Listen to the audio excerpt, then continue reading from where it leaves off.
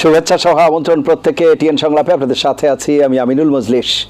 দর্শক, আপনারা জানেন সমসাময়িক ও জনগুরুত্বপূর্ণ বিভিন্ন বিষয় নিয়ে আমাদের আলোচনা অনুষ্ঠান। একটি নির্মম ঘটনাই বটে। হাসাহাসিকে কেন্দ্র করে একজন বেসরকারি বিশ্ববিদ্যালয়ের শিক্ষার্থী, তাকে প্রাণ দিতে হলো, হত্যা করা হলো। দর্শক, আপনারা এরই মধ্যে অবগত হয়েছেন রাজধানীর প্রাইম এশিয়া ইউনিভার্সিটির শিক্ষার্থী জাহিদুল ইসলাম পারভেজ, তাকে দুই নারীর দিকে তাকিয়ে হাসাহাসি ইঙ্গিতপূর্ণ হাসাহাসি করেছে এমন অভিযোগে একদল ছাত্র তাকে ছুরিকাঘাত করেছে এবং পরবর্তীতে তার মৃত্যু হয়েছে।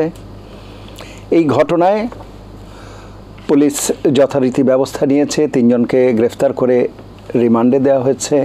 বিশ্ববিদ্যালয় কর্তৃপক্ষ ব্যবস্থা নিয়েছে, সাময়িক 3 জনকে বহিষ্কার করেছে। আইন তার নিজস্ব গতিতে চলে, এ ধরনের ঘটনা ঘটে। কিন্তু আমাদের প্রশ্ন হচ্ছে, এই ঘটনা আসলে সমাজে কি বার্তা দিল?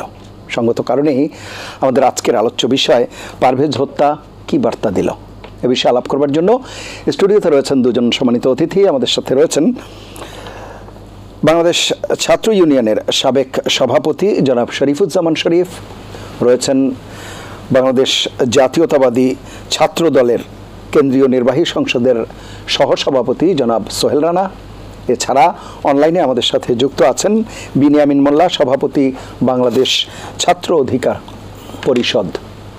আপনাদের 3 জনকে অনুষ্ঠানে স্বাগত। প্রিয় দর্শক, আপনারা যারা অনুষ্ঠান দেখছেন না, আশা করছি পুরো অনুষ্ঠান জুড়েই আপনাদেরকে সাথে পাবো। আপনাদের জ্ঞাতার্থে জানিয়ে রাখি, অনুষ্ঠানটি সরাসরি ফেসবুকে সম্প্রচারিত হচ্ছে। সেক্ষেত্রে facebook.com/ATN বাংলা অনলাইন এই লিঙ্কে ক্লিক করলে আপনারা অনুষ্ঠানটি দেখতে পাবেন। কথা না বাড়িয়ে আমরা চলে যাব মূল আলোচনায়। প্রথমেই সোহেল রানা, আপনাকে দিয়ে আলোচনা শুরু করি। আমাদের আজকের যে আলোচ্য বিষয় পারভেজ হত্যা কি বার্তা দিল সে বিষয়ে বলবেন। কিন্তু এই যে পারভেজ হত্যা নিয়ে আপনাদের দলের পক্ষ থেকে, বিশেষ করে আপনাদের ছাত্র সংগঠন যে রয়েছে ছাত্রদল, তাদের পক্ষ থেকে যে বক্তব্যগুলো দেয়া হচ্ছে, সেখানেও বলা হচ্ছে যে এগুলো বিশেষ করে বৈষম্য বিরোধী ছাত্র আন্দোলনের পক্ষ থেকে বলা হচ্ছে, বা এনসিপির পক্ষ থেকেও কেউ কেউ বলছেন যে এটি এক ধরনের অপপ্রচার চালাচ্ছেন আপনারা, বিভ্রান্তি চালাচ্ছেন, আগেই মিডিয়া ট্রায়াল করে দেয়া হচ্ছে। আসলে বিষয়টি কিভাবে দেখছেন? সার্বিকভাবে বিষয়গুলো নিয়ে আপনার আলোচনা শুনব। খুব হৃদয় বিদারক একটি ইস্যুতে আমরা আজকে কথা বলার জন্য এখানে উপস্থিত হয়েছি। আমাদেরই এক সহযোদ্ধা, যার মৃত্যুকে কেন্দ্র করে আজকের আমাদের এই আলোচনা, এবং এখানে উপস্থিত আছেন আজকের আলোচনা সভায় আমাদের শ্রদ্ধেয় ভাই ছাত্র ইউনিয়নের সাবেক সভাপতি শরীফুজ্জামান, উপস্থিত আছেন ছাত্র অধিকার পরিষদের আমাদেরই ঢাকা বিশ্ববিদ্যালয়ের সাবেক শিক্ষার্থী, আমাদেরই সহযোদ্ধা বিনিয়ামিন মোল্লা, সবাইকে সহ আমাদের উপস্থাপক মজলিস ভাই, আপনাদের সবাইকে শুভেচ্ছা জানাচ্ছি।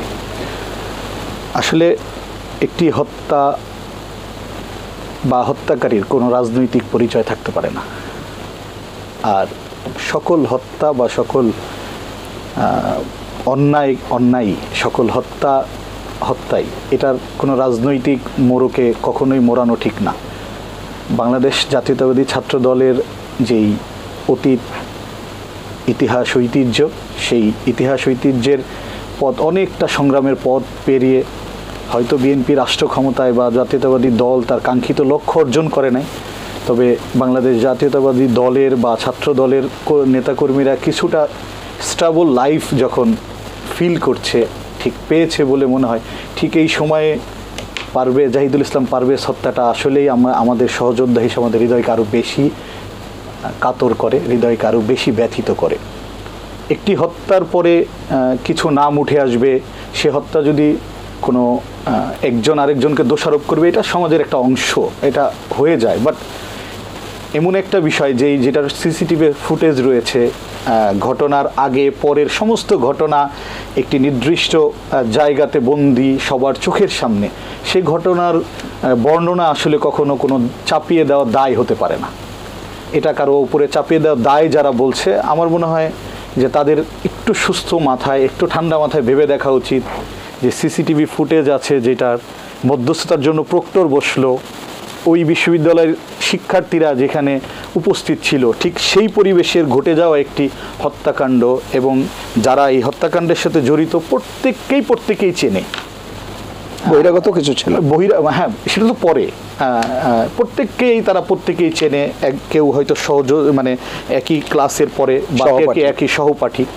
তো আমার মনে হয় যারা এটাকে অন্য খাতে প্রবাহিত করার চেষ্টা করছে, যে এই ঘটনাটাকে যারা বলছে দায়ে চাপিয়ে দেওয়া বা মিডিয়া ট্রায়াল, আমার মনে হয় যে এটা তাদের ভুল হচ্ছে, কথাটা একেবারেই ঠিক নয়।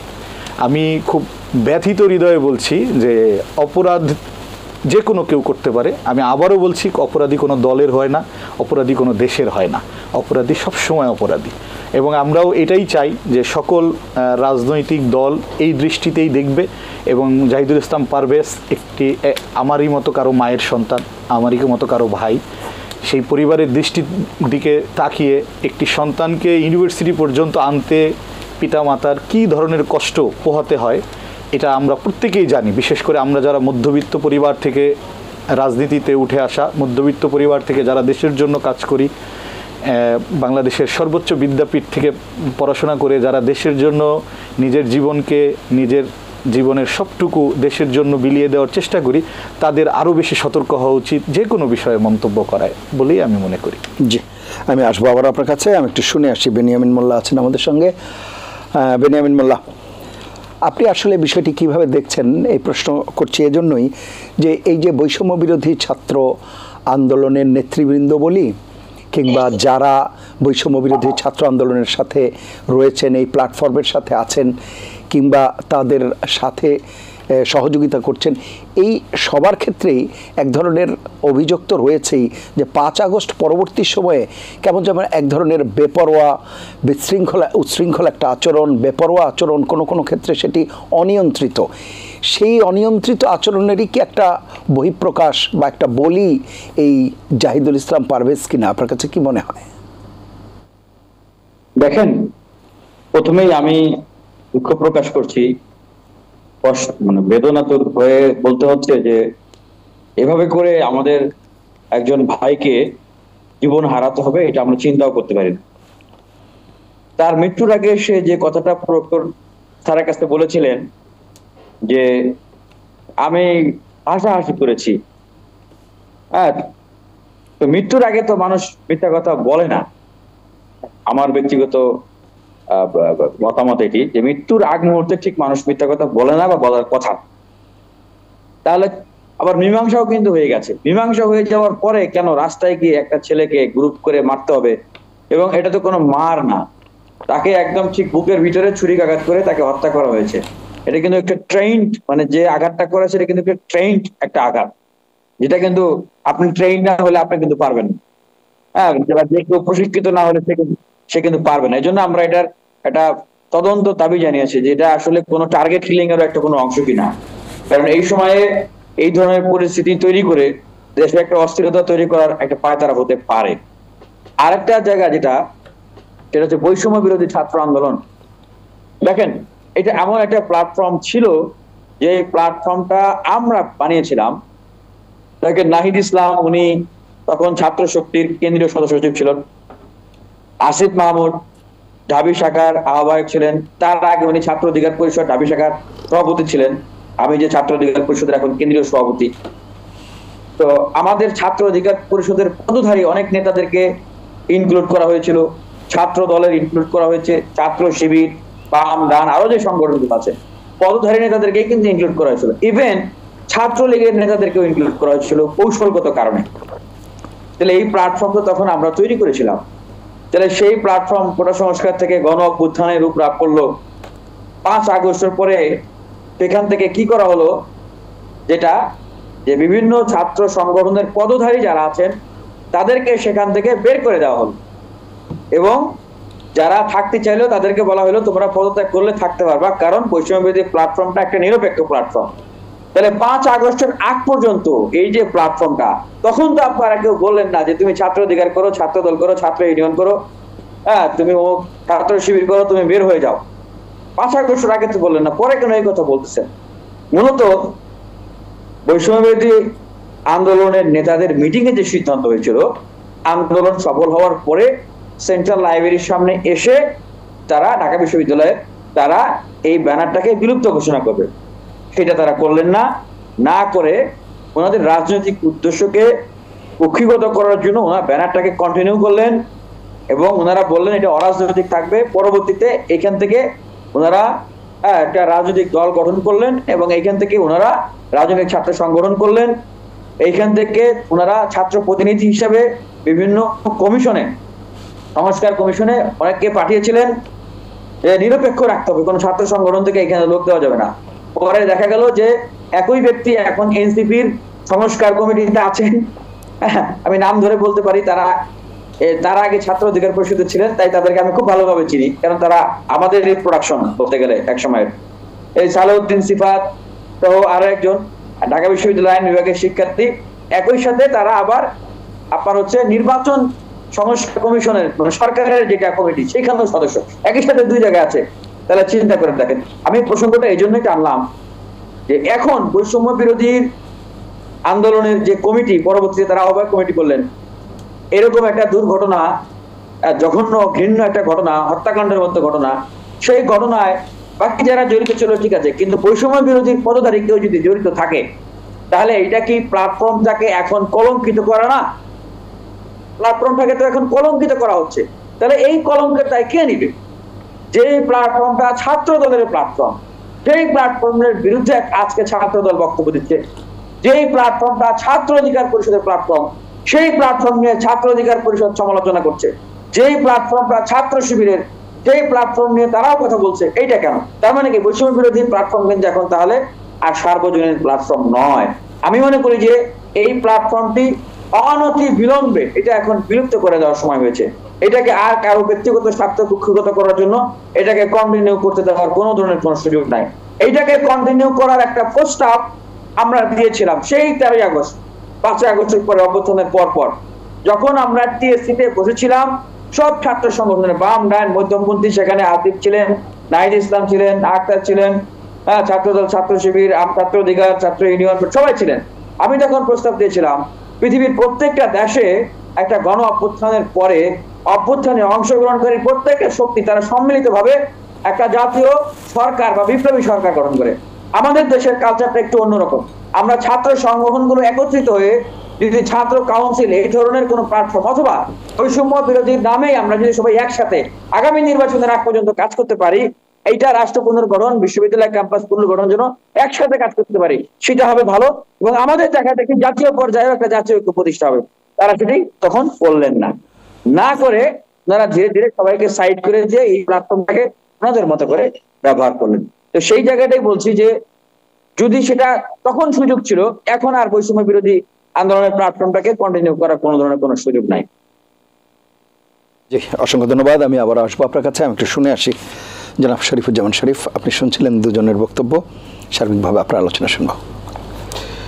আপনাকে ধন্যবাদ, দর্শক শ্রোতাদেরকে ধন্যবাদ, সাথে যারা আছেন তাদেরকে শুভেচ্ছা।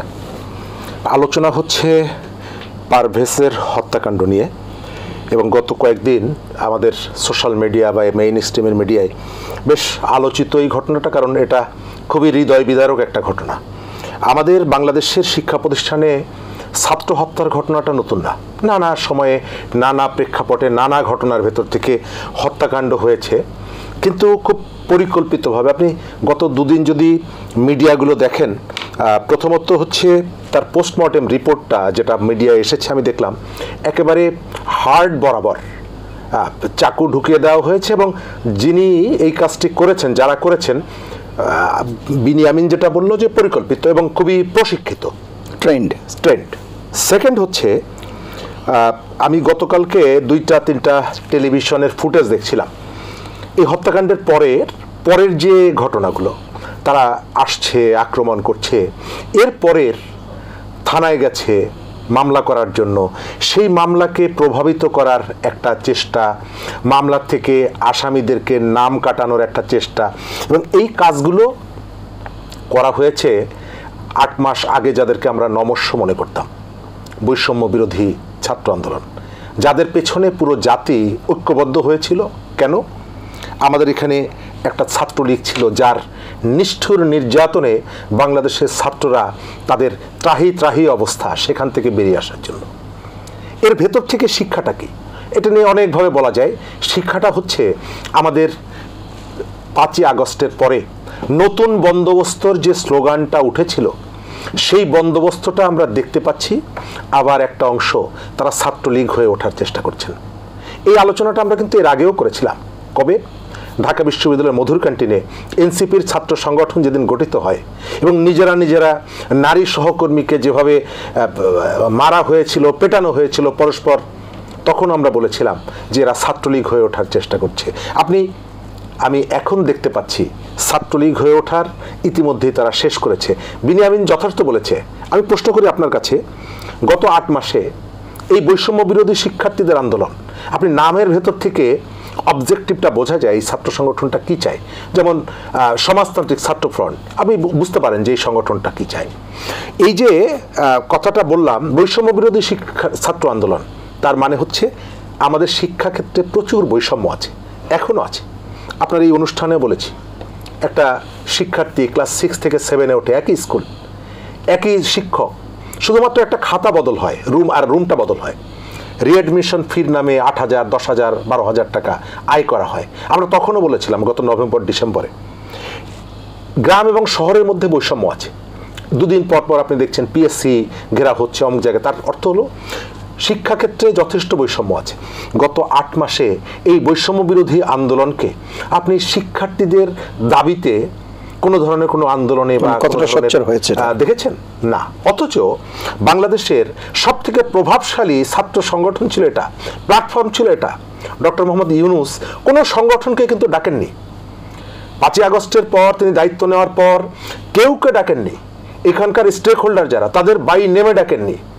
কিন্তু এই বৈষম্য বিরোধী শিক্ষার্থীদের নেতাদের সাথে প্রধান উপদেষ্টার অফিসে কিন্তু তাদের সাথে দীর্ঘ বৈঠক করেছেন। অর্থাৎ তাদের প্রভাবের জায়গাটা আছে। তারা যদি চাইতেন, যেটি বেনিয়ামিন বললেন, ওইটাই যে সব দলের ইয়েতে ছিল প্ল্যাটফর্মে, কিন্তু ওই প্ল্যাটফর্মের বাইরে ছাত্ররা ছিল। ওই প্ল্যাটফর্মের বাইরে ছাত্রদল কিন্তু অভিযোগ করেছে যে আমাদেরকে ডাকা উচিত ছিল, তারা স্টেক হোল্ডার ছিল। তো এরপরে আপনি দেখতে পাচ্ছেন যে গত 6-7 মাসে, গতকালকে দেখলাম নারায়ণগঞ্জে এক গার্মেন্টস মালিকের সাথে তাদের গন্ডগোল। আপনি দেখবেন অমুক জায়গায় বাস কন্ট্রাক্টরদের সাথে তার গন্ডগোল, অমুক জায়গায় গ্রেপ্তার হচ্ছে। অর্থাৎ এই সংগঠনটি গত 2 দিন ধরে তারা মিডিয়া ট্রায়াল ছাত্রদলের বিরুদ্ধে অভিযোগ করেছেন। গতকালকেও দেখলাম, আজকেও দেখলাম। এটা হয় কি, ওই যে বলে না যে শাক দিয়ে মাছ ঢাকার চেষ্টা। আপনি কতগুলো বিষয়কে যতই চেষ্টা করেন, টেকনোলজি এটাকে আপনি কিন্তু গোপন করতে পারেন না। যমুনা টেলিভিশনে যে ফুটেজটা আছে সেখানে কারা কারা উপস্থিত ছিল স্পষ্ট দেখা যাচ্ছে। যমুনা টেলিভিশনে তারা তাদের প্রতিবেদনের মধ্যে দেখিয়েছে যে মামলায় যাতে আসামিকে একটু ঘুরিয়ে দেওয়া হয়, তাদের পছন্দের লোকজন যারা এই ঘটনায় যুক্ত ছিল তাদের নাম যাতে বাদ দেওয়া হয়, তার জন্য চেষ্টা করছেন, তদবির করছেন, চাপ দিচ্ছেন। তার অর্থ হলো রাষ্ট্রীয় ক্ষমতাকে ব্যবহার করে আমাদের এখানে ছাত্র সংগঠনগুলো যে ধরনের দানব হয়ে উঠত, বুয়েটের আবরার ফাহাদ সহ অসংখ্য ঘটনা। আমি ঢাকা বিশ্ববিদ্যালয়ের এ প্রমাণ হলে ছাত্র ছিলাম, 404 নম্বর রুমে থাকতাম। আমার রুমে আমি চলে আসার পর একটা ছেলে উঠেছিল, আবু বকর, খুব আলোচিত। আবু বকরকে হত্যা করা হয়, হত্যার বিচার হয়নি। ওই ছেলেটা আমি চলে আসার পরে ওরা আমার রুমটায় ওঠে। অসংখ্য উদাহরণ আছে, হত্যাকাণ্ডের বিচার হয়নি। কারা করেছে? ক্ষমতাসীন দলের ম্যাক্সিমাম জায়গায়, কারণ তারা জানে যে তার পেছনে সরকার আছে, পুলিশ আছে, প্রশাসন আছে, তার শক্তি আছে। আমি দেখতে পাচ্ছি বৈষম্য বিরোধী ছাত্র আন্দোলন, তাদের যে পবিত্রতা রক্ষা করা উচিত ছিল, মানুষের যে আস্থার জায়গাটা ছিল, সেখান থেকে বেরিয়ে এসে এখন শিক্ষা প্রতিষ্ঠানগুলোতে একটা ক্রমশই দানব হয়ে উঠছে। চাঁদাবাজি, মাস্তানি, এখানে দখল, সেখানে বদলি করার নানা অপরাধের মধ্যে এখন নতুন করে তারা নাম লিখিয়েছে খুনের ঘটনায়। আমি পরিষ্কার করে বলি, বিনিয়ামিন যেটা বলেছে আমিও মনে করি যে এই গণঅভ্যুত্থানের পরে গণঅভ্যুত্থানের অংশগ্রহণকারীদের একটা বড় অংশ তারা একটা রাজনৈতিক দল করেছে। আপনাকে কেন এই দোকানটা, সরি টু সে আমি দোকান বলছি, এই দোকানটা আপনাকে এতদিন খুলে রাখতে হবে কেন? নিশ্চয়ই এর ভেতর থেকে আপনি ব্যক্তিগত অথবা গোষ্ঠীগত কতগুলো লাভ নিচ্ছেন বলেই এটিকে আপনি চালু করে রেখেছেন। বিভিন্ন জায়গায়, ওই পিরোজপুরে মসজিদের নির্মাণ কাজ হচ্ছে, সেখানে গিয়ে বলছে যে চাঁদা দিতে হবে, চাঁদা না দিলে ভাঙচুর করব, ভাঙচুর করছে।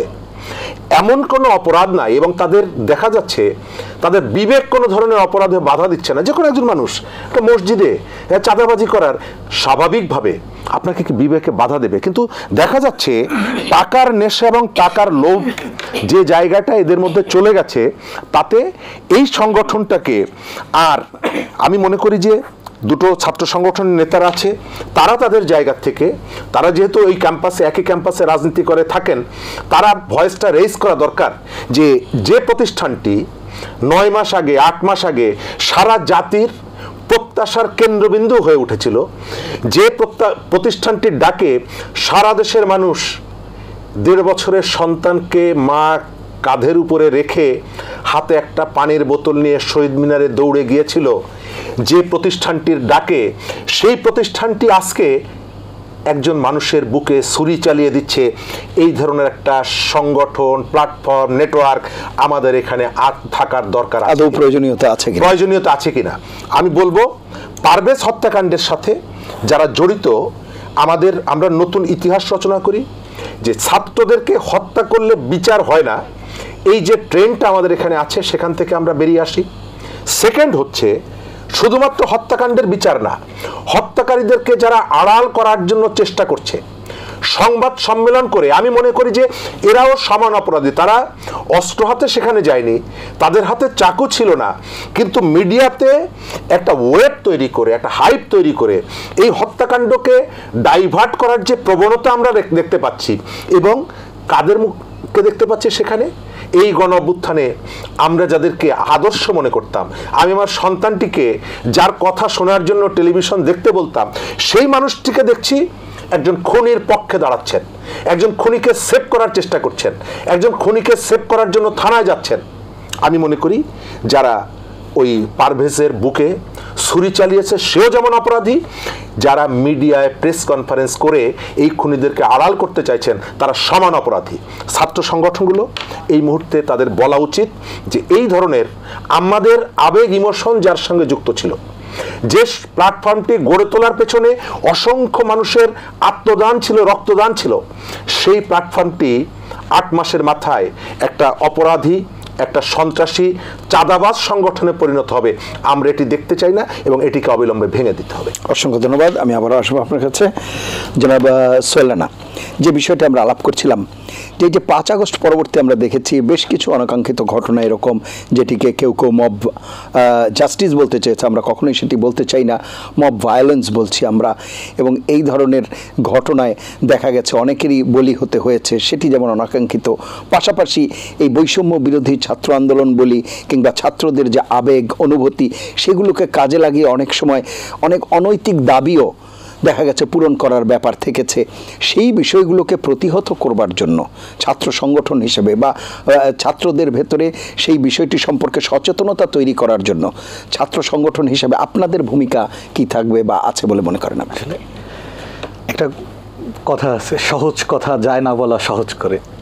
এই শরীফ ভাই যথার্থই বলেছেন, আমি তার কোনো কথাই দ্বিমত করব না, একেবারেই অনেকটা তার সাথে একমত পোষণ করে তার সাথে একটু বলছি যে আজকে এই বৈষম্য বিরোধী ছাত্র যে আন্দোলনের যে প্ল্যাটফর্ম, এই প্ল্যাটফর্মকে নিয়ে যখন কথা হয় আমাদের হৃদয়ে ব্যথা হয়। কেন ব্যথা হয়? এই বৈষম্য বিরোধী আন্দোলন, বিনিয়ামিনের ভাষায় বলছি যে এটা সকল ছাত্র সংগঠনের একটি প্রচেষ্টা। এই বৈষম্য বিরোধী আন্দোলন যদি ব্যর্থ হতো, এদেশের মানুষের কাছে প্রশ্ন রইল কোন সংগঠন, কারা সবচাইতে বেশি ক্ষতিগ্রস্ত হতো। এই বৈষম্য বিরোধী আন্দোলনের যারা নেতৃত্ব দিয়ে আজকে জাতীয় পর্যায়ে খুব ভালো ভালো জায়গায় আছেন, আমরা যাদেরকে ন্যাশনাল লিডার হিসেবে মানুষ অলরেডি মানা শুরু করেছে, তাদের কাছে একটা প্রশ্ন, আমরা যদি একদমই আন্দোলনকে বিতর্কিত করার কোনো ইচ্ছা থেকে বলছি না, বাড্ডায় কারা দায়িত্ব পালন করেছে, মোহাম্মদপুরে কারা আন্দোলনের সময় দায়িত্বে ছিল, কারা যাত্রাবাড়িতে আন্দোলনটাকে দিনের পর দিন কন্টিনিউ রেখেছে, কারা ধোলাইপাড়ের এই ব্রিজের ওই ব্রিজটা অবরোধ করেছে, যারা আজকে বৈষম্য বিরোধী আন্দোলন প্ল্যাটফর্মকে ব্যবহার করে জাতীয় নেতা হয়েছেন। একদম কোনো স্বার্থের বাইরে গিয়ে যদি একবার প্রশ্ন করি, বলতে পারবেন নিশ্চয়ই পারবেন না। কিন্তু আমরা এই প্রশ্নে যাই নাই এবং আমরা ইন ফিউচারে যেতেও চাই না। এই বৈষম্য বিরোধী আন্দোলনটা আমাদের একটা হৃদয়ের আবেগ ছিল। আমরা সবাই চেয়েছিলাম বৈষম্য বিরোধী আন্দোলনের ডাকে একটা ফ্যাসিস্টকে বিদায় করার জন্য আমরা বাংলাদেশ জাতীয়তাবাদী ছাত্রদল যে 17 বছরের সংগ্রাম করেছিলাম, সেই সংগ্রামের একটি পার্ট, আন্দোলনের একটি রূপান্তর হিসাবে আমরা বৈষম্য বিরোধী ছাত্র আন্দোলনকে হৃদয়ে ধারণ করেছিলাম। আজকে বৈষম্য বিরোধী ছাত্র আন্দোলনকে নিয়ে কেউ কথা বললে আমাদেরও হৃদয় রক্তক্ষরণ হয়। সত্যি কথা, এই বৈষম্য বিরোধী ছাত্র আন্দোলন প্ল্যাটফর্মটাকে নিয়ে এইখানে বসে আলাপ করতে হবে এরকমটা চিন্তাও ছিল না। তো জাস্ট এই প্ল্যাটফর্মটার পরবর্তীতে এখন এই প্ল্যাটফর্মটাকে বিনিয়ামিন যেভাবে বললেন আমাদের এই সহযোদ্ধা, আসলেই আমরা 5ই আগস্ট পরবর্তীতে টিএসসি সহ আরও অনেক জায়গায় আমাদের নেতৃস্থানীয় নেতৃবৃন্দ বসছিলেন এটাকে কিভাবে সামনের দিকে এগিয়ে নেওয়া যায়। কিন্তু আমি একদম স্পষ্ট করে কারো নাম না ধরে মুষ্টিমেয় 2-4-5 জন লোক তাদের স্বার্থ হাসিলের জন্য এই প্ল্যাটফর্মটাকে আজকে কলুষিত করেছেন। এবং এই প্ল্যাটফর্ম এই 9 মাস আগে যারা জাতির ত্রাণকর্তা ছিল সেই একই প্ল্যাটফর্মকে আজকে বিলুপ্তের কথা বলা হচ্ছে, সেই একই বলতে হচ্ছে আমাদের। এই কথা আমাদেরকে হৃদয়কে ব্যথিত করে। আমি মনে করি আন্দোলনের সাথে যারা জড়িত ছিল প্রত্যেকের হৃদয়ে ব্যথিত হয়, কারণ এই আন্দোলন আজকের আন্দোলন না। এই আন্দোলন একদিন 2 দিনে শুরু হয় নাই। এটা জুলাই আগস্টের আন্দোলন না। হয়তো পরিণতিটা জুলাই আগস্টে শেষ পরিণতি এসেছে। এই আন্দোলনের পিছনে অনেক ইতিহাস রয়েছে। এই আন্দোলনের পিছনে আমার দলের ছোট্ট একটি ইতিহাস বলি। 10 লক্ষ মামলা, 60 লক্ষের উপরে আসামি, 550-র উপরে গুম, 1350-র উপরে রাজনৈতিক হত্যার উপরে দাঁড়িয়ে এই আমরা বৈষম্য বিরোধী আন্দোলনে সামিল হয়েছিলাম, যেটা প্রথমে ছাত্রদের আন্দোলন, পরবর্তীতে ছাত্র জনতার আন্দোলন। আমাদের এই আন্দোলনে একজন শহীদকেও আলাদা একটি রাজনৈতিক পরিচয় দিতে আমাদের হৃদয় কাঁদে। আমরা যারা রাজনীতি করি আমাদের হৃদয় ব্যথিত হয়। আবারও বলছি, আমাদের হৃদয় ব্যথিত হয়। আসলেই এখন নতুন করে ভাবার সময় এসেছে। বৈষম্য বিরোধী আন্দোলনের এই প্ল্যাটফর্মকে ব্যবহার করে আমরা চাই না আর কোনো অরাজকতা ঘটুক। কারণ আমাদের আদর্শের জনক শহীদ প্রেসিডেন্ট জিয়াউর রহমান বলেছেন, ব্যক্তির চেয়ে দল বড়। ঠিক ব্যক্তির চেয়ে দল এবং দলের চেয়ে দেশ বড়, এই লাইনটাকে ধারণ করেই কিন্তু আমরা বৈষম্য বিরোধী আন্দোলনে দেশকে বাঁচানোর জন্য গিয়েছিলাম। না হয় আদর্শিক দিক থেকে বা ওই প্ল্যাটফর্মে আমাদের কখনোই যাওয়ার কথা না। শহীদ প্রেসিডেন্ট জিয়াউর রহমান সাহেবের সেই বিখ্যাত উক্তিকে ধারণ করেই আমরা এই আন্দোলনে যোগদান করেছিলাম। আমরা স্পষ্ট করে বলতে চাই, একটি দেশে ভাইও বলেছেন ক্যাম্পাসের রাজনৈতিক হত্যা বা ছাত্র হত্যা নতুন কিছু না, তবে সেই হত্যা কি কারণে, কখন, কি প্ল্যাটফর্মে ঘটছে, এই একটি দেশ যখন একটি অস্থির অবস্থা থেকে নির্বাচন রোডম্যাপের দিকে যাচ্ছে, একটি দেশ যখন একটি অস্থির 17 বছরের শাসন থেকে একটি সুষ্ঠু, সাম্য এবং মানবিক বাংলাদেশ বিনির্মাণের জন্য বাংলাদেশের সকল রাজনৈতিক শক্তি আমরা যখন একসাথে একই প্ল্যাটফর্মে হাঁটা শুরু করছি, আমরা সন্দেহ পোষণ করছি বা আমরা আইন প্রশাসন এবং কর্তৃপক্ষের প্রতি অনুরোধ রইল আপনাদের ভেবে দেখা উচিত যে এই সময় এটা কি পরিকল্পিত হত্যা বলেই আমরা মনে করি। একদম স্পষ্ট করেই বলি, এটা একটি পরিকল্পিত হত্যা। এবং এই হত্যার পিছনে যা বাঁচানোর জন্য যারা কাজ করেছেন, যারা পিছন থেকে সহায়ক ভূমিকা হিসেবে এখন পর্যন্ত কাজ করছেন, আপনাদের প্রতি আমাদের উদাত্ত আহ্বান। আমরা 2 দিন আগেও একই সাথে একই প্ল্যাটফর্মে জীবনের শেষ রক্তবিন্দু দিয়ে একসাথে সংগ্রাম করেছি। হয়তো সেই আন্দোলন ব্যর্থ হলে আপনি, আমরা খুব করুণ পরিণতি ভোগ করতাম। সেই দিনগুলির কথা চিন্তা করে আসুন এই জায়গা থেকে আমরা সরে দাঁড়াই। এই যে অন্যায়টা আপনারা করছেন, অন্যায়কারীকে আপনি যেভাবে নিরাপত্তা দেওয়ার চেষ্টা করছেন, এটাও এক ধরনের অন্যায়। এই বোধটা আপনাদের ভিতরে জাগ্রত হোক। রাজনীতিবিদদের প্রতি মানুষের সম্মানটা থাকুক। কারণ আমরা যারা ছাত্র রাজনীতি করে আমাদের জীবনকে গঠন করার চেষ্টা করছি, আসলে মানুষের কাছে আমাদের ইমেজটাই বড় বিষয়। আমরা রাজনীতিটাই আমাদের মূল। এই আমাদের কাছে মানুষের আমাদের যে চেহারাটা, এটা পরিচ্ছন্ন থাকুক মানুষের কাছে। আমাদের রাজনৈতিক চরিত্র নিয়ে কেউ যেন কথা বলতে না পারে। আসুন, এখনো সময় আছে, আমরা সবাই মিলে একসাথে দেশটাকে গঠন করি।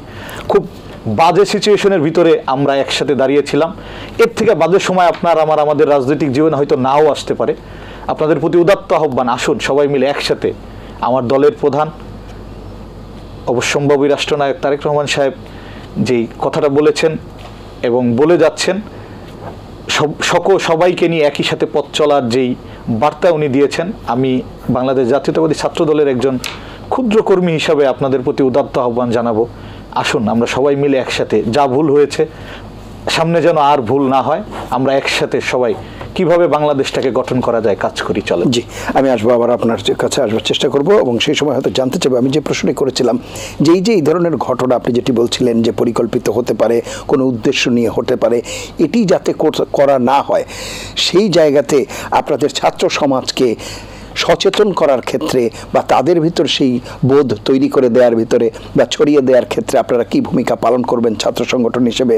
পাশাপাশি জনাব শরীফুজ্জামান শরীফ যেটি বলছিলেন যে নানা রকম বৈষম্যের শিকারও ছাত্রদেরকে হতে হচ্ছে, সেই সব জায়গাতে ছাত্রদেরকে কিভাবে সচেতন করা যায়, কিংবা আমরাও প্রতিনিয়ত যেমন এই যে পলিটেকনিকের ব্যাপার বলি বা অন্যান্য ক্ষেত্রে ছাত্রদের দাবি দেওয়া আদায়ের ক্ষেত্রে জনভোগান্তিকে যে একেবারে একটি অস্ত্র হিসেবে তৈরি করা হয়, সেই জায়গা থেকে কিভাবে দূরে সরিয়ে একটি মাঝামাঝি অবস্থায় তৈরি করা যায়, কিংবা একজন বোঝাপড়ার মধ্যে বিষয়টি জনদুর্ভোগ না হয়, সেই বিষয়গুলো, সেই বার্তাগুলো কিভাবে ছাত্রদের ভিতর ছড়িয়ে দেওয়া যায়, সেই ব্যাপারে আপনারা কতটুকু কাজ করবেন, সেই বিষয়গুলো শুনবো। আমি একটু শুনে আসি। বেনিয়ামিন মোল্লা রয়েছেন আমাদের সঙ্গে। যারা বেনিয়ামিন মোল্লা, যে বিষয়টি বলছিলাম, আপনি হয়তো আলোচনা করবেন সার্বিকভাবে বিষয়গুলো নিয়ে আরও, কিন্তু আপনি বলছিলেন যে একই সাথে দু একজন ব্যক্তির কথা আপনি বলছিলেন যে একই সাথে তারা দলেও পদধারী এবং আবার কমিশনেও, সংস্কার কমিশনেও রয়েছেন। নিঃসন্দেহে এটি একটি কনফ্লিক্ট অফ ইন্টারেস্ট, আমরা বলি স্বার্থের সংঘাত। ঠিক এই স্বার্থের সংঘাত তো আমরা দলের ক্ষেত্রেও দেখলাম যে কিছুদিন আগেই যিনি সরকারে ছিলেন তিনি দলের আহ্বায়ক হলেন, কিংবা এখনও যারা সরকারে আছেন পরবর্তীতে হয়তো দলে যুক্ত হবেন, খুবই অনিবার্যভাবে তাদের ভূমিকা দেখতে পাবো। এই বিষয়গুলোকে কি কনফ্লিক্ট অফ ইন্টারেস্ট মনে হয় কিনা, মানে এই ঠিক কিভাবে দেখেন? শরীফুজ্জামান ভাই স্যার এফ রহমান হলের 404 নম্বর রুমে ছিলেন, আমি স্যার এফ রহমান হলের 504 নম্বর রুমে আবাসিক ছাত্র, না বলে পারলাম না। তো যে বিষয়টা বলতেছেন যে অবশ্যই কনফ্লিক্ট অফ ইন্টারেস্টের জায়গা, এবং এটাকে আমি যেই শব্দ দ্বারা উল্লেখ করি সেটা হচ্ছে রাজনৈতিক কু। রাজনৈতিক কু আসলে কাকে বলে? যখন আপনি অরাজনৈতিক ব্যানারে কার্যক্রম পরিচালনা করবেন এবং বলবেন এখানে কোনো রাজনীতিক কেউ আসতে পারবে না, আবার ঠিক আপনি আবার এইটাকে আপনার রাজনৈতিক কর্মকাণ্ডের জন্য হাতিয়ার হিসেবে এটাকে ব্যবহার করবেন। তো এই যে নতুন রাজনৈতিক দলের বেড়ে ওঠা, যেটাকে কিংস পার্টি বলে আখ্যায়িত করা হচ্ছে এবং যেটা প্রমাণিত, এবং তারা যে কাজটি করতে চাচ্ছে, সেটাকে বলা যায় রাজনৈতিক কু। এখন রাজনৈতিক কু এটাকে আসলে রাজনীতিবিদরা বা একটা রাষ্ট্র, একটা স্টেট, এটা কিভাবে দেখে? রাজনৈতিক কু যদি সাকসেসফুল হয় তখন একটা নির্দিষ্ট গ্রুপ, একটা নির্দিষ্ট গোষ্ঠী আবার ক্ষমতায় আসে। কিন্তু যদি রাজনৈতিক কু ব্যর্থ হয় তাহলে যারা রাজনৈতিক কু করতে যায় তারা যেরকম বিপদগামী হয়, বিপর্যস্ত হয়, ধ্বংসের মুখে পড়তে হয়, পুরো রাষ্ট্র ব্যবস্থা, অন্যান্য রাজনৈতিক দল, রাজনৈতিক গোষ্ঠী, রাষ্ট্রের যে ডিপ স্টেট মেকানিজম, সকল কিছুকে তারা বিপদের মুখে ঠেলে দেয়। তো এই জন্যই বলছি যে রাজনৈতিক কু করা যাবে না, কু করে ক্ষমতায় আসার চিন্তা করা যাবে না, চেষ্টা করা যাবে না। আমরা আমাদের ছোট ভাইদেরকে এক সময় আমাদের সহযোদ্ধা বা আমাদেরই হাতে যাদের হাতে করে রাজনীতির, তাদের প্রতি বারবার আহ্বান জানিয়েছি যে দেশের মানুষের, তরুণদের প্রতি একটা আকাঙ্ক্ষা আছে, নতুন রাজনীতির প্রতি একটা আকাঙ্ক্ষা আছে, নতুন জেনারেশনের প্রতি একটা আকাঙ্ক্ষা আছে। রাজনীতি আমরা করতেছি, আপনারা করবেন, সবাই করবেন। ছাত্র দল বলেন, ইউনিয়ন বলেন, ছাত্র শিবির বলেন, অন্যান্য রাজনৈতিক ছাত্র সংগঠন বলেন, সেই জায়গা থেকে যারা তরুণ নেতা আছে তাদের প্রতিও কিন্তু মানুষের একটা, মানে তরুণ বলতে যে শুধুমাত্র একটা রাজনৈতিক দলের ভিতরে নতুন তা কিন্তু না, প্রত্যেক দল মতাদর্শের ভিতরে যারা তরুণ আছে তাদের প্রতি মানুষের একটা আকাঙ্ক্ষা আছে। প্রত্যেকটা রাজনৈতিক দলের প্রতি মানুষের একটা নতুন আকাঙ্ক্ষা তৈরি হয়েছে। তো সেটা পূরণ করতে হলে আপনারা রাজনৈতিক ভাবে সেটা আসেন, এটা ন্যাচারালি আপনারা আসেন। আমরা এই যে গণ অধিকার পরিষদ তৈরি হয়েছে, আমরা ছাত্র অধিকার পরিষদ, 18 কোটা সংস্কার আন্দোলন, তারপরে ডাকসু নির্বাচনের ভিতর দিয়ে বিজয়, নানান মানে ফল চাতুরি, কোণঠাসা, প্রতিবন্ধকতা, তারপরে আমরা কিন্তু পোর খেয়ে খেয়ে জেল কেটে জুলুমের শিকার হয়ে কিন্তু এই পর্যন্ত আসছি। জাতীয় নির্বাচনের আগে আমি 2বার জেল কেটেছি, 6 মাস 7 মাস। জাতীয় নির্বাচনের আগে আমাকে গ্রেফতার করে 7 মাস সলিটারি কনফাইনমেন্টে রেখেছে। সূর্যের আলো বাতাস দেখে নেই 7 মাস, আয়নাঘর যেটাকে বলা হয় তার চেয়েও বিপজ্জনক জায়গায় আমি ছিলাম। তখন আমাদের দলকে অফার করা হলো যে 10টা আসন 5 কোটি টাকা দেবে। যে কোনো মাধ্যমে আমি খবর পৌঁছালাম যে না, দল যেন কোনোভাবে নির্বাচনে যায়, আমি মরে গেলেও যেন না যায়। পরে আমার বাবাকে অফার করলো ডিবির হারুন, তখন ডিবির হারুনকে দিয়ে এই ডিল পুরো করানো হতো। আমার বাবাকে যে প্রস্তাব দেওয়া হলো আমাকে 25 কোটি গ্রাম এক নাগেশ্বরী ভ্রঙ্গামারির এমপি বানিয়ে দেওয়া হবে, 5 কোটি টাকা দেওয়া হবে, আমি কিন্তু রাজি হইনি। তো এই যে জায়গাটা, আমরা তো একটা আকাঙ্ক্ষা নিয়ে আসলে রাজনীতি করি, রাজনীতিতে নেমেছি কেবলমাত্র এমপি হয়ে যাবো, মন্ত্রী হয়ে যাবো, সেই ক্ষমতা যাওয়ার জন্য তো আর রাজনীতিতে আসি নাই। তো মানুষের কিন্তু একটা আকাঙ্ক্ষা আছে, তো সেই আকাঙ্ক্ষার মূল্যায়নটা করতে হবে না? আমি তো এই যে বাংলাদেশ জাতীয়তাবাদী দলের ছাত্র দলের ভাই আছেন, জাতীয়তাবাদী দলের সিনিয়র লিডারদের সাথে সূর্যমুখী একের বেড়াতে জেলে ছিলাম, জামাত ইসলামের নেতাদের সাথে আমি সেখানে জেলে ছিলাম, আমাকে নিচতলায় রেখেছিল সূর্যমুখী একের বেড়াতে। আমি তো যারা নির্যাতিত নিপীড়িত হয়েছে সেই সময় জেল কেটেছে, আমি সবার সাথে জেল কেটেছি। তো সেই জায়গা থেকে যে আত্মোপলব্ধি বা রাজনীতিতে একসাথে কিভাবে পথ চলতে হয়, সিনিয়রদেরকে সম্মান করতে হয়, শ্রদ্ধা করতে হয়। আর রাজনীতি তো একদিনের জায়গা না যে আমি এখন ফেসবুকে আমার 1.6 মিলিয়ন ফলোয়ার, আমি একটা পোস্ট দিলে সারা বাংলাদেশের মানুষ আমাকে এখন ফলো করে, হ্যাঁ বাংলাদেশে একটা গন্ডগোল লেগে যাবে, মন চাইলে আমি একটা পোস্ট মেরে দিলাম। আমি এখন বাংলাদেশে যা বলতেছি মানুষ রাজপথে নেমে যাচ্ছে, তাই বলে আমি বলে দিলাম একটা রাজপথে নেমে গেল। এটা তো এরকম না, এটা তো সবসময় থাকে না, কতক্ষণ থাকে, কতদিন থাকবে? এটা তো একটা ভাসমান জিনিস, এটা তো একটা পলিটিক্যাল স্ট্রাকচার না। তো এইটা পাইয়ে যদি আপনি মনে করেন যে আপনি বাংলাদেশের নিয়ন্ত্রণ পেয়ে গেছেন, যা খুশি তাই করবেন, সেই ভাবনা, সেই ইউটোপিয়া যেটাকে বলা হয় কল্পনার জগৎ এবং বাস্তবতা, তারপরে কিসের কল্পনার জগৎ, এগুলোর আসলে সামঞ্জস্য বিধান না করতে পারার ফসল এখন আসলে আমাদেরকে ভোগ করতে হচ্ছে। আর আমি একটা কথা বলবো আজকে এটিএন বাংলার মাধ্যমে, আমি বিভিন্ন জায়গায় লক্ষ্য করছি যে আমাদের যে সেনাবাহিনী যারা আন্দোলনের একটা ক্রিটিক্যাল মোমেন্টে আমাদের ছাত্র জনতার পক্ষ অবলম্বন করে, তারা এখন বিভিন্ন ধরনের ছাত্রদের আন্দোলন, বিভিন্ন আন্দোলনে সেই আন্দোলনগুলোকে, আমি একটা ভদ্র ভাষায় বলি, আন্দোলনগুলো ম্যানেজমেন্ট করার জন্য তারা সেখানে যাচ্ছেন। আমি তাদের প্রতি অনুরোধ করব যে আপনারা কেন সেখানে যাবেন? যদি বিশৃঙ্খলা হয়, কোথাও অন্যায় হয়, অবিচার হয়, চুরি ডাকাতি ছিনতাই, তারপরে আওয়ামী লীগকে দমন করতে হবে, লুটেরাদেরকে ধরতে হবে, মাফিয়াদেরকে ধরতে হবে, খুনিদেরকে, মার্ডারারদেরকে ধরতে হবে, আপনারা সেখানে যান। কিন্তু সম্প্রতি খুব ভালোভাবে যদি লক্ষ্য করেন দেখবেন যে যেই ছাত্ররা জুলাই অভ্যুত্থানে ঢাকা বিশ্ববিদ্যালয় সেন্ট্রাল লাইব্রেরি থেকে কোটা সংস্কারের জন্য নেমে এসছে, সেই ছাত্রদের আন্দোলনেও এই সেনাবাহিনী বল প্রয়োগ করছে, মেরে হাতের আঙ্গুল ভেঙে দিচ্ছে।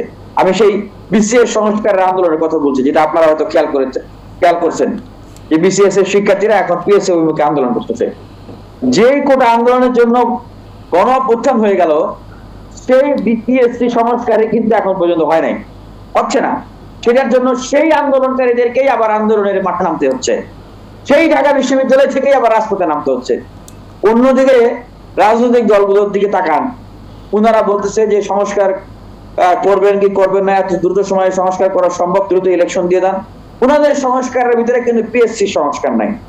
ওনাদের সংস্কারের ভিতরে কিভাবে বাংলাদেশের বিশ্ববিদ্যালয় ক্যাম্পাস কলেজগুলোতে একটা দলীয় প্রভাব মুক্ত ক্যাম্পাস বিনির্মাণ করা যায়, কিভাবে গবেষণা বিশ্ববিদ্যালয় করা যায়, কিভাবে একাডেমিয়া ইন্ডাস্ট্রিয়াল রিলেশন করে আমার দেশের এই খেটে খাওয়া নিম্নবিত্ত মধ্যবিত্ত শ্রেণীর এই মেধাবী শিক্ষার্থীরা যারা বিশ্ববিদ্যালয় কলেজগুলোতে বিশেষত চান্স পায়, তাদেরকে সর্বশ্রেষ্ঠ মানব সম্পদে রূপান্তরিত করে বিশ্বের সাথে আমরা প্রতিযোগিতামূলক অবস্থানে যাইতে পারি, এটা নিয়ে কিন্তু ওনাদের সুনির্দিষ্ট কোনো পুস্তকনা সংস্কার নাই। থাকলেও সেটা একটা কোনার ভিতরে আছে, একটা সাইডে আছে। আমি দেখি নাই আলোচিত হয়েছে আজ পর্যন্ত কোন সংস্কার, কোন রাজনৈতিক দলের এজেন্ডা হিসেবে আলোচিত হয়েছে আমি দেখি নাই। আওয়ামী লীগকে নিষিদ্ধ করতে হবে, আগামী নির্বাচনে অংশগ্রহণ করতে পারবে না, সেটা নিয়ে কিন্তু ওনাদের কোনো রাজপথে বড় রাজনৈতিক দলগুলোর আমি কোনো কর্মসূচিও দেখি নাই, কোনো আন্দোলনও দেখি নাই। ডক্টর মোহাম্মদ ইউনূসের কাছে তারা কোনো দাবি নিয়ে গেছে, আমি সেটাও দেখি নাই। দেখতেছি যে দ্রুত নির্বাচন দিতে হবে, সংস্কার এই দ্রুত করেন বা করেন। এখন দেখতেছি যে যারা এতদিন সংস্কার চেয়েছে তারাও এখন বলতেছে যে ঠিক আছে, ডিসেম্বরের ভিতরে বা জানুয়ারি ফেব্রুয়ারি ইলেকশন হলে আমাদের কোনো আপত্তি নাই। তাহলে কি হলো? তাহলে যেটা মানে আগে বলা হইতো যে রাজনৈতিক দলগুলো ছাত্রদের লাশের উপর দিয়ে, রক্তের উপর দিয়ে ক্ষমতায় যাইতে চায়। এটা কি তাহলে বাস্তবতা? এখন দেখেন, আমি ঢাকা বিশ্ববিদ্যালয়ে আছি এই মুহূর্তে, আমি মধুর ক্যান্টিনে আছি, এই গোলঘরে। এই গোলঘরের একটা স্মৃতি আছে, এটা 18 সালে যখন আমি কোটা সংস্কার আন্দোলন করি, এই গোলঘরে আমাকে তৎকালীন ছাত্রলীগের সভাপতি সাইফুর রহমান সোহাগ এবং এস এ জাকির হোসেন আমাকে ধরে নিয়ে আসছিল, আমাকে খুব মানসিকভাবে অত্যাচার করছিল। সেই দিন আমার মাথায় একটা জিদ কাজ করছিল যে একদিন আমি এই গোল ঘরে বসবো। সেখান থেকে টকশো করতেছি, যাই হোক সেটা ভিন্ন প্রসঙ্গ। তো আমি ঢাকা বিশ্ববিদ্যালয়ে আসছি, ঢাকা বিশ্ববিদ্যালয়ের পরিস্থিতিটা আপনাদেরকে বুঝাই, এটা থেকে বুঝতে পারবেন যে ঢাকা বিশ্ববিদ্যালয়ে এখন কোন মানে শক্তিশালী নিয়ন্ত্রণ নাই। ঢাকা বিশ্ববিদ্যালয়ে আমি সুনির্দিষ্ট তথ্য থেকে বলছি, ছাত্রলীগ এখন আওয়ামী লীগ ঢাকা বিশ্ববিদ্যালয়ে তারা নজরদারি করতেছে। ঢাকা বিশ্ববিদ্যালয়ের আশপাশ এরিয়া বিভিন্ন জায়গায় যেরকম তারা মিছিল করতেছে, ঢাকা বিশ্ববিদ্যালয়ের আশপাশে তারা মিছিল করার জন্য তারা পরিকল্পনা করতেছে। প্রকল্প হাতে নিয়েছে 100 জন মিছিল, তার 3 লক্ষ টাকা। এখন ঢাকা বিশ্ববিদ্যালয় এরিয়ার আশপাশে যদি মিছিল হয়, ঢাকা বিশ্ববিদ্যালয়ে যদি তারা নাশকতা করে, টিএসসির ভিতরে বা চারুকলার ভিতরে এসে আগুন দিয়ে যায়, যে মোটিভ বানালো তার বাড়িতে আগুন দিল, তাহলে ঢাকা বিশ্ববিদ্যালয়ে এসে নাশকতা করতে পারে না? তাহলে আমাদের আইন শৃঙ্খলা কি পরিস্থিতির ভিতরে আছে? যারা নির্বাচন চাচ্ছেন দ্রুত, আমি তাদেরকেও কেবলমাত্র দোষ দিব না, তাদের শুধুমাত্র দোষ তাকে নিন।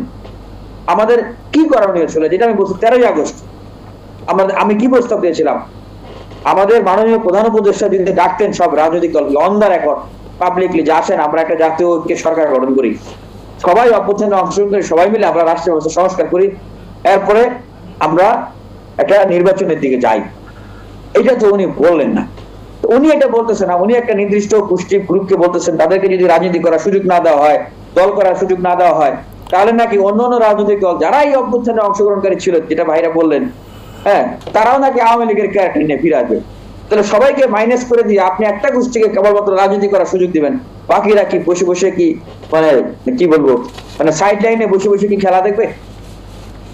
বাকিরা হয়তো ধৈর্য ধারণ করতেছে, কিন্তু যখন আবার আওয়ামী লীগ বাংলাদেশে ঢুকে মিছিল মিটিং করতেছে, তখনও কি বাকিরা বসে বসে মানে জাতীয় নিরাপত্তার হুমকি তৈরি হচ্ছে, তখনও কি বাকিরা বসে বসে সাইড লাইনে বসে থাকবে? তারা বাংলাদেশের রাজনৈতিক দল না? তাদের দায়িত্ব আছে না? তাদের কর্তব্য আছে না? তো এইখানে কিন্তু দায়টা আমি রাজনৈতিক দলের উপর কেবলমাত্র দিব না, আমি দায়টা দিব আমাদের মাননীয় প্রধান উপদেষ্টা এবং উপদেষ্টাদের। তারা কেন জাতীয় ঐক্যের জায়গাটা তৈরি করতে পারলেন না? যদি বলেন, অনেকেই বলে যে এখন উত্তর দেয় এনসিপির অনেক নেতারা যে তারা নাকি বিএনপি কেটে গেছিল, জামাত কেটে গেছিল, তা বাকি দলগুলোকে রাখে নাই কেন? বাকি দলগুলো কি দল মনে হয় না? তা আপনারা বৈষম্য বিরোধীর প্ল্যাটফর্মের কথা বলেন, আপনারাই তো বৈষম্য করতেছেন। আরেকটা কথা, আপনারা বিএনপি কেটে গেছেন, জামাত কেটে গেছেন, অন দ্য রেকর্ড কি আপনারা কাউকে ডেকেছেন? অন দ্য রেকর্ড তারা কাউকে ডাকে না। এখন প্রশ্ন করলে তারা বলে যে সব বেশি নাকি বিএনপির, আপনারা শুনে নাহিদ ইসলাম বললেন সব নাকি বিএনপির, নির্বাচন কমিশনের সব নাকি বিএনপির। আরে ভাই, এখন আপনি বলতেছেন কেন? শুরুতে কেন এই কথাগুলো বলেন নাই? আমি বাস্তবতাটা বলি, শুরুর দিকে হয়েছে কি, ওনাদের কাছে গেছে, অনেকে হাত টিপে দিছে, হাত মালিশ করে দিছে, জামা পরিষ্কার করে দিছে, হাত দিয়ে বলছে যে অমুক ভাই তমুক ভাই আপনারা গুরুত্বপূর্ণ জায়গায় এসেছেন, আপনারা অভ্যুত্থানের কিংবদন্তি, আপনারা বঙ্গবন্ধু জুনিয়র, আপনারা তাজউদ্দিন জুনিয়র, আপনারা ভবিষ্যৎ, আপনারা স্বাধীনতার ঘোষক, কিশোর বঙ্গবন্ধু, কিশোর জিয়াউর রহমান, আপনারা আমাদেরকে এই ভালো ভালো পদগুলোতে বসান, আমরা আপনাদের জন্য ভবিষ্যতে রাজনীতি করবো, আপনাদের সাথে থাকবো। এখন যেটা হয়েছে যে বাস্তবতা, প্রশাসনের একটা ধর্ম আছে, বাতাস যেদিকে তারা সেদিকে, তারা তো আর রাজনীতি করে না। এখন বাতাস যেদিকে গেছে, প্রশাসন তো সেদিকে। এখন তারা বলতেছে যে ভাই প্রশাসন তো আমাদের নিয়ন্ত্রণ, প্রশাসন সব বিএনপির নিয়ন্ত্রণে। বিএনপির কয়জন উপদেষ্টা আছে আমাদের এখন? আপনারা বিএনপির কাছ থেকে কয়জনকে চাইছেন? আর চাইছেন ঠিক আছে, যদি এটাও ধরে নেই, তাহলে আমাদের কাছ থেকে কয়জনকে চাইছেন? আমাদের কাছ থেকে কাউকে চান নাই। ছাত্র ইউনিয়ন সিপিবি থেকে আপনারা কয়জন দিয়েছেন? কাউকে তো চান নাই। সুতরাং এই যে একটা অদূরদর্শী, শেষ করতে হবে। জি, অসংখ্য ধন্যবাদ। একটা অদূরদর্শী চিন্তা ভাবনা জায়গা থেকে ওনারা যে আগাচ্ছেন, ওনাদের প্রতি আমি বলবো যে এটা রাষ্ট্র এবং দেশের জন্য বিপর্যয় ডেকে নিয়ে আসবে। এখনো সুযোগ আছে, আপনারা সিনিয়রদেরকে সম্মান করেন, এবং অন্তর্বর্তীকালীন সরকারকে আহ্বান, আমরা সেই প্রত্যাশা করছি, দলের মতামতকে মূল্যায়ন করেন, জনগণের মতামতকে মূল্যায়ন করেন। একদল দেখতেছি যে তারা ডক্টর ইউনূসকে 5 বছর দেখতে চায়, মাঠে নেমে যাইতেছে, আবার নাই হয়ে যাইতেছে। আমাদের সময় স্বল্পতার জন্য আর আপনার আলোচনা এগিয়ে নিয়ে যাচ্ছে না। অসংখ্য ধন্যবাদ। ডক্টর ইউনূস এই ইন্টারিম গভর্নমেন্টের ফরম্যাটে 5 বছর থাকতে পারবে না। 56টা মিনিস্ট্রি, 21 জন উপদেষ্টা, যাদের বেশিরভাগই রাজনৈতিক প্রশাসনিক অভিজ্ঞতা নাই। আমি যতদিন রিমান্ডে গেছি, জেল কাটছি, তারা ততদিন আওয়ামী লীগ শেখ হাসিনা তুলে বক্তব্য দেয় নাই। তারা মিলে কিভাবে করবে? জাতীয় আপনার বক্তব্য একেবারে স্পষ্ট, থাকা যাবে না। ধন্যবাদ জনাব শরীফুজ্জামান শরীফ। শেষের দিকে আমরা, আচ্ছা, আমি যেটুকু বুঝি আমাদের ক্যাম্পাসগুলোর প্রধানতম সমস্যা যেটা, আপনি যেহেতু ক্যাম্পাসের আলোচনাটা করছেন, এই জায়গাটাই হলো ছাত্র সংগঠনগুলো প্রো স্টুডেন্ট হতে পারেনি। যারা বেশি দৃশ্যমান এই জায়গাগুলোতে দেখা গেছে যে ন্যাশনাল ইস্যুগুলোকে তারা বেশি ফোকাস করে। আমাদের এই ধারাটা ভাঙার একটা সুযোগ এসেছিল, বিশেষ করে এই যে গণ অভ্যুত্থানের ভেতর থেকে। এবং ক্যাম্পাসগুলোতে একটা বেসিক প্রবলেমটা হলো যেখান থেকে সব কিছুর সূত্রপাত, এটা দখলদারিত্ব। কিন্তু আপনি দেখবেন যে এখনও কিন্তু একটা দখলদারিত্ব আছে। ব্যানারটা ছাত্রলীগের নেই, ব্যানারটা অন্যদের আছে। পরিষ্কার করে বলে দেওয়া হচ্ছে যে তোমরা রাজনৈতিক মিছিল টিছিল এখানে করা যাবে না। কিন্তু এই কথাটা যারা বলছেন তারা পল্টনে এসে কিন্তু মিছিল করছেন, তারা প্রেস ক্লাবের সামনে এসে মিছিল করছেন, কিন্তু ক্যাম্পাসে গিয়ে বলছেন যে এখানে মিছিল টিছিল করা যাবে না। এর ভেতর থেকে তারা তাদের রাজনীতিটাকে এগিয়ে নিয়ে যাচ্ছেন। এই যে নতুন যে একটা ছাত্র সংগঠন গঠিত হয়েছে, রাজনৈতিক দল হয়েছে, খুবই ইতিবাচক। বিশ্ববিদ্যালয়ের একেবারে ব্রাইট কতগুলি স্টুডেন্ট একটা রাজনৈতিক দল গঠন করেছে, কিন্তু সরকার তাকে যেভাবে এই প্রক্রিয়ার সাথে নিজেকে যুক্ত করেছে, আপনার তো প্রশ্ন উঠবে যে এই সরকার আগামী নির্বাচনে কিভাবে সে নিরপেক্ষতা বজায় রাখবে।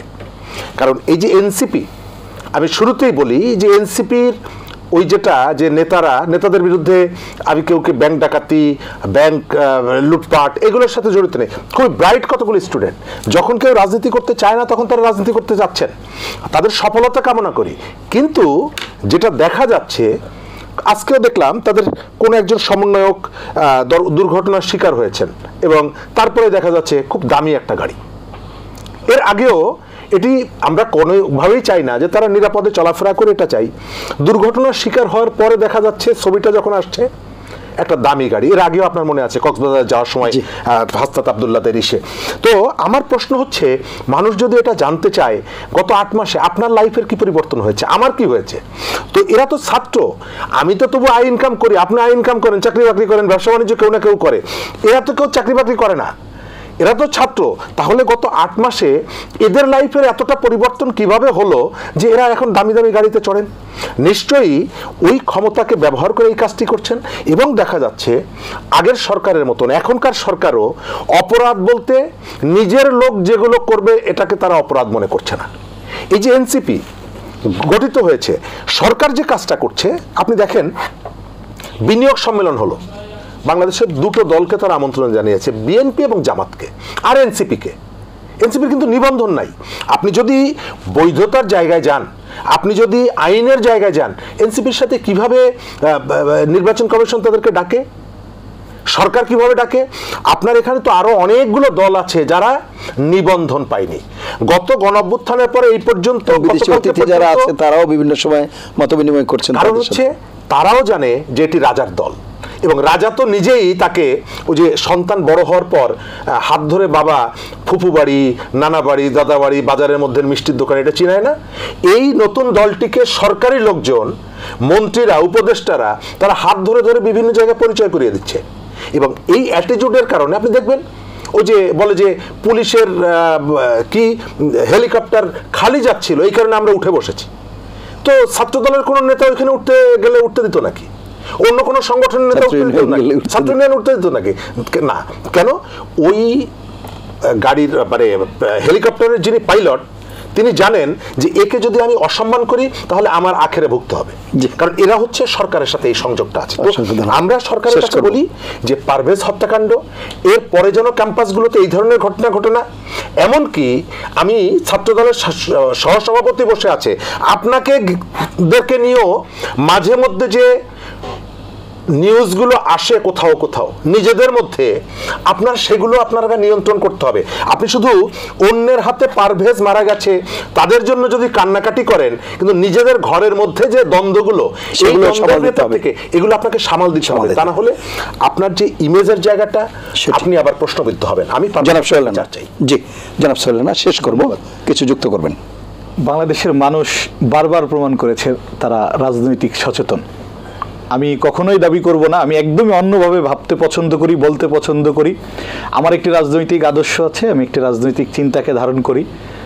আমাদের সংগঠনের অতি তিক্ত অভিজ্ঞতাও রয়েছে, ঠিক তেমনি গৌরব উজ্জ্বল অনেক ইতিহাসও রয়েছে। আমি বক্তব্যের শুরুতে যেমন বলেছিলাম, অপরাধী কখনোই কোনো দলের না।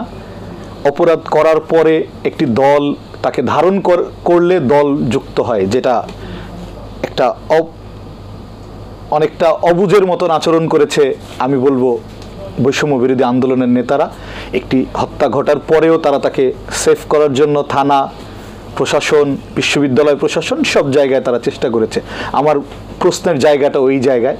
আমি এখনও আশাবাদী মানুষ এবং খুব নিরাশ পরিস্থিতিতেও আমি অনেক আশার আলো দেখেছি এবং আমি আশার আলো দেখতে চাই।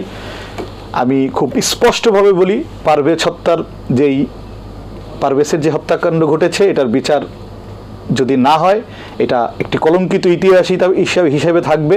এটা সরকার প্রধানের কাছেও আমার আবেদন যে আমি আর বিশ্বাস যে আপনার মতন একজন মানুষ এই ধরনের হত্যার দায় আপনার রিজিউমে, আপনার শাসনকালে আপনি জড়াবেন না এবং পারভেজের হত্যার সুষ্ঠু বিচার হবে, তদন্ত হবে এবং একজন নিরপরাধীও যেন পারভেজ হত্যায় যুক্ত না হয় এবং একজন অপরাধীও যেন পারভেজ হত্যায় পার না পায়।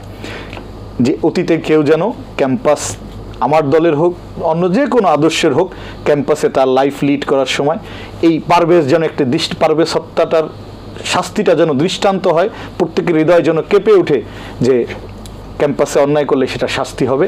আমার প্রশাসনের কাছে এইটাই আবেদন এবং একদমই শেষ পর্যায়ে হয়তো আমাদের শেষ করতে হবে। আমি আবারও বলি, আমি আশাবাদী মানুষ। আমরা যারা তরুণরা আছি, আমি এখনও মনে করি আমরা আশার আলো দেখব।